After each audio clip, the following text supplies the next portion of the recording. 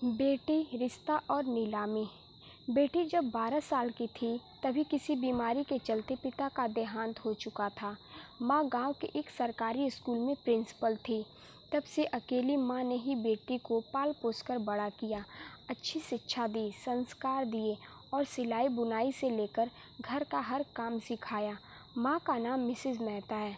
बेटी अब जवान हो चुकी थी और अपनी बेटी की शादी को लेकर चिंतित रहने लगी थी, जिस वजह से माँ जी अपने गांव के पंडित से बेटी के रिश्ते की बात चला रही थी।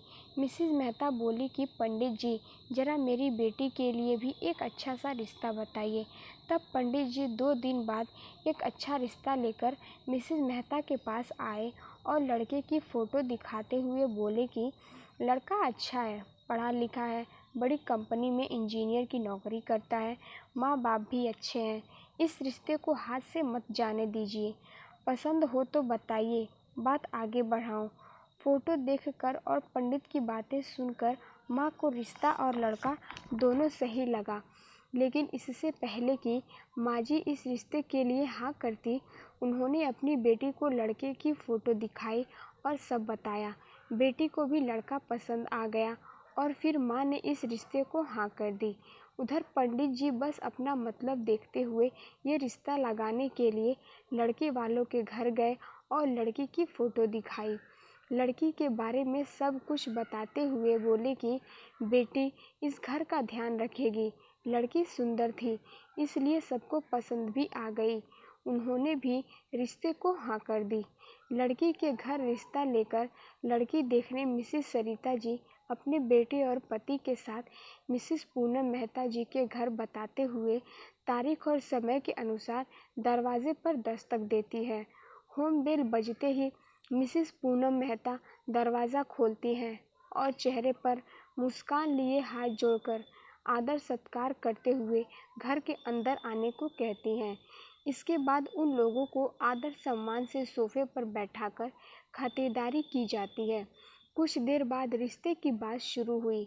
बेटी पढ़ी लिखी है, सुंदर है, सुशील है, संस्कारी और समझदार है, घर का सारा काम काज जानती है। बेटी आप सबको कभी निराश नहीं करेगी, बहुत ही आज्ञाकारी है। इतना बोलते हुए लड़की की माँ ने बेटी को आवाज़ लगाई, अरे बेटी आओ, देखो तुम्हारी होने वाली सासू माँ, पति और ससुर जी आए हैं। बेटी नज़रें झुकाए माँ के सामने प्रस्तुत हो जाती है और धीमी सी आवाज़ में बोलती है, जी। बेटी अपने होने वाले सास ससुर के पैर छूकर नज़रें झुकाए माँ के बगल में बैठ जाती है। इधर लड़के की माँ बेटी के माँ के मुंह से बेटी की तारीफ सुन के कुछ खास तवज्जो नहीं देती। ठीक है, बस इतना बोलकर अपने मतलब की बात बड़े रौब से शुरू करते हुए बोलती हैं, जी देखिए मिसेज मेहता जी, हमने अपने बेटे के ऊपर बहुत पैसा खर्च किया है, हर जिद पूरी की है, पढ़ाई में बहुत पैसा लगा है। अभी बेटा विप्रो कंपनी में इंजीनियर है, अच्छी तनख्वाह है। तो देखिए हमारा यही इकलौता बेटा है और लाडला है, और बस यही पहली और आखिरी शादी है। तो मिसेस सरिता जी, मैं यह कहना चाहती हूँ कि हमारा अपनी सोसाइटी और समाज में काफ़ी नाम और सम्मान है, तो ये शादी कुछ सामाजिक रीति रिवाज के अनुसार होनी चाहिए। यानी दहेज वगैरह में तो हम विश्वास रखते नहीं, लेकिन वो क्या है ना कि समाज का तो आप जानती ही हो। अब कुछ लेन देन ना हुआ तो लोग पूछेंगे कि कैसे गरीब परिवार से बहू लेकर आए हैं, और भी न जाने क्या क्या बातें बनाना शुरू करेंगे। लेकिन मिसेस मेहता जी आप चिंता ना करें, आप बस एक fridge, TV, washing machine, double bed और एक कार दे दीजिएगा, अपनी बेटी के लिए ही सही। बाकी इसके अलावा आप और कुछ जो चाहे देना चाहें, हमें कोई दिक्कत नहीं। मिसेस सरिता जी की सामाजिक रीति रिवाज की दुहाई देते हुए इतनी लंबी लालच से भरी बातें खत्म होने के बाद कुछ देर तक सन्नाटा पसरा रहा। मिसेस मेहता बस सरिता जी की तरफ देखती ही जा रही थी और सोचे जा रही थी कि कैसे लालची रिश्तेदारों से पाला पड़ा है। मैं किसी कीमत पर भी अपनी फूल सी बच्ची को इन लालची लोगों के घर की बहू नहीं बनाऊंगी। इतने में फिर से मिसेस सरिता बोलती हैं, तो मिसेस मेहता जी, क्या मैं ये रिश्ता पक्का समझूं? ये सुनने के बाद मिसेस मेहता अब अपनी चुप्पी तोड़ते हुए कठोर आवाज़ में बोलती हैं। मिसेस सरिता जी चौंकते हुए बोलती हैं, ये क्या आप बोल रही हैं मेहता जी? मेहता जी बोलती हैं, चुप रहिए आप, ठीक बोल रही हूँ मैं। और ये अपने सामाजिक रीति रिवाज अपने पास ही रखिए। जैसा आपका बेटा आपके लिए लाडला, वैसे ही हमारी बेटी हमारे लिए लाडली है। मेरी बेटी ग्रेजुएट है, संस्कारी है और स्वावलंबी है। अब ऐसे में हमारी बरती आपके घर की बहू नहीं बनती तो किसका फ़ायदा होता, मेरा या आपका? और उसमें भी आप सामाजिक मर्यादा की चादर ओढ़कर दहेज मांग रही हो।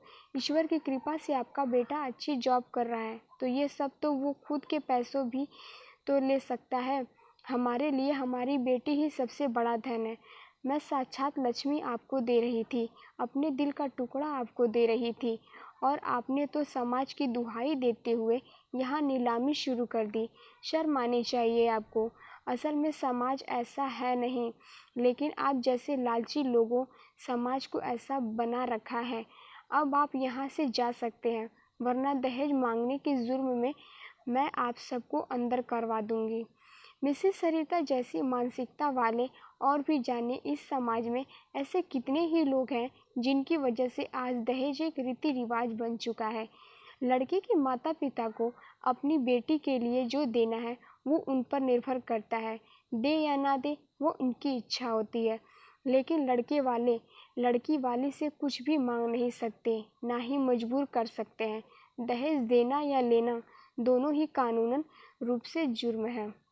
अगर मेरी ये स्टोरी पसंद आई हो तो मेरे चैनल को लाइक, सब्सक्राइब एंड शेयर ज़रूर करें। Thanks for watching.